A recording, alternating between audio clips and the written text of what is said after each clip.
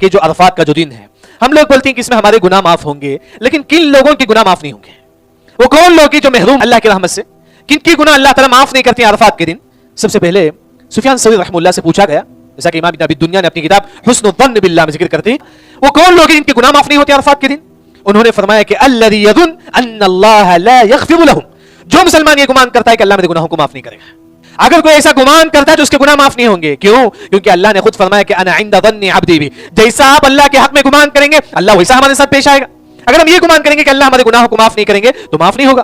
اسی وجہ سے عرفات کے دن ہر مسلمان کو اللہ سے اچھا گمان رکھے، کتنا بڑا گناہ کیوں نہ ہو اللہ معاف کرنے والا ہے، توبہ کرے اللہ سے۔ یہ عرفات کے دن بڑا عظیم دن ہے، اگر ہم اللہ سے اچھا گمان کریں گے اللہ ہمارے گناہوں کو معاف کرے گا۔ دوسرا ایک تو ہے کہ برا گمان کرنے والوں کی گناہ معاف نہیں ہوتی، دوسرا کون ہے؟